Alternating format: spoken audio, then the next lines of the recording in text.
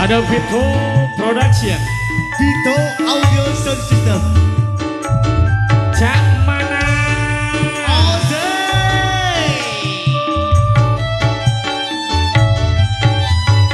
Guguk Asmoro, permintaan Bopo Gembong Bawono, Bopo Markasan Pribadi. yang liwat aku kelingan untuk kae biar tanggo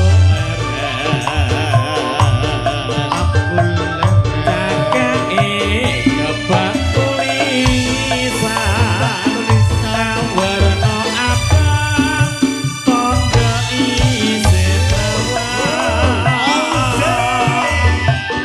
jenenge gubuk asmara piyen ate anggo tresno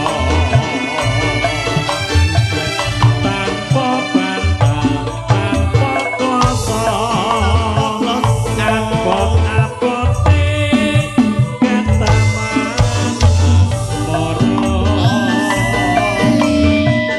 gubuk kae nganti besok ora bakal lali gubuk kae kebak kripto wayah wengi nganti gagrag-rena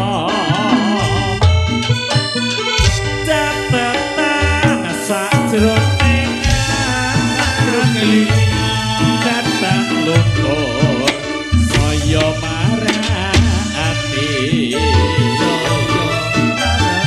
aku kowe dadi garwa amarga leren nang gubuk asmara Gembong Bawono.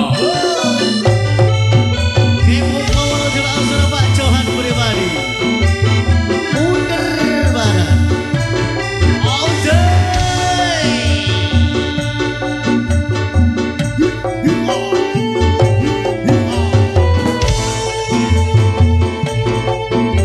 Kembali Gembong Bawono.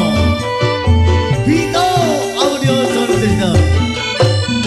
Yen liwat aku kelingan untuk kae biyen tak goleren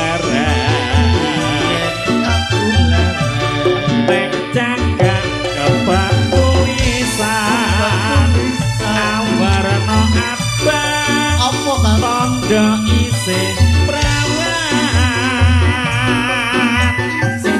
jenenge gubuk asmara piyen ate anggo tresno tanpa bantal tanpa kuasa abot-abote ketaman asmara gubuk kae nyimpen wati nganti besok